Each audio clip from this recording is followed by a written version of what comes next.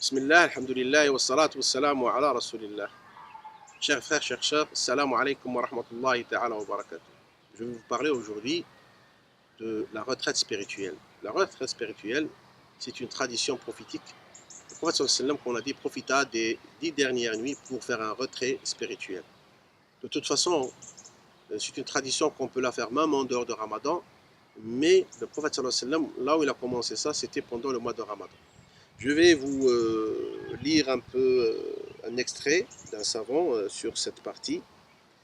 Et il dit qu'Allah lui fasse miséricorde. La retraite spirituelle, ce qu'on appelle en arabe al-i'tikaf, consiste à rester dans la mosquée dans le but de l'adoration. Dans l'unique but, c'est l'adoration. Il est préférable de la situer pendant les 10 dernières nuits du Ramadan. Ces conditions de validité sont l'intention, et ne pas être en état de janaba, c'est-à-dire il faut être vraiment pur, ou en période de menstrie pour les femmes ou de loti.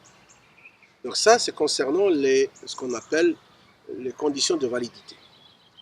Après, son statut juridique, est-ce que c'est une obligation? Est-ce que c'est un acte méritoire? Est-ce que c'est un acte conseillé? Est-ce que c'est un acte permis? Donc, les savants la placent dans une recommandation. Il s'agit d'un acte recommandé qui est pratiqué par le messager d'Allah sallallahu alayhi wa sallam avec assiduité.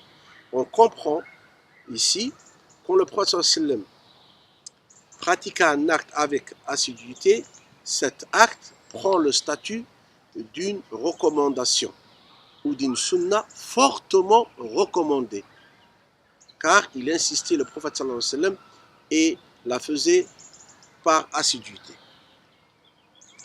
En effet, d'après Aïcha, qu'Allah l'agrée, le prophète sallallahu alayhi wa sallam faisait une retraite spirituelle pendant les 10 derniers jours ou les 10 derniers jours du Ramadan, jusqu'à sa mort. Donc il l'a fait en continuité. Puis ses épouses observèrent cette retraite après lui. Donc c'est une sunna prophétique et c'est une sunna aussi des femmes des prophètes, que ce sont les mamans des croyants et les mères des croyants. Il est de la sunna de commencer la retraite spirituelle aussitôt après la prière du Fajr, conformément au hadith de Aïcha, qu'Allah l'agrée. Lorsque le prophète sallallahu alayhi wa sallam envisageait une retraite spirituelle, il accomplissait la prière du Fajr, après quoi il entrait dans son lieu de retraite. Donc, elle commence après la prière de Al-Fajr. Il est également de la sunna du prophète de ne pas sortir de la mosquée qu'en cas de besoin.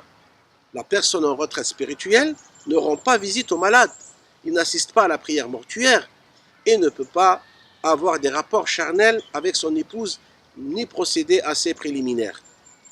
La retraite spirituelle est une occasion qui permet de se libérer des préoccupations de ce bas monde et de ses soucis et de s'adonner à l'adoration, à la récitation du Coran, à l'invocation d'Allah, à l'imploration abondante, à la glorification d'Allah et à l'imploration du pardon d'Allah et à la prière sur le messager de Dieu, sallallahu alayhi wa sallam.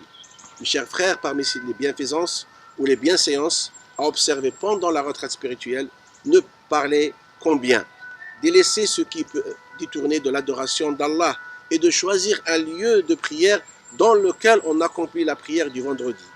Quant à la femme, la meilleure retraite spirituelle pour elle est celle faite dans le lieu réservé à la prière au sein de son foyer.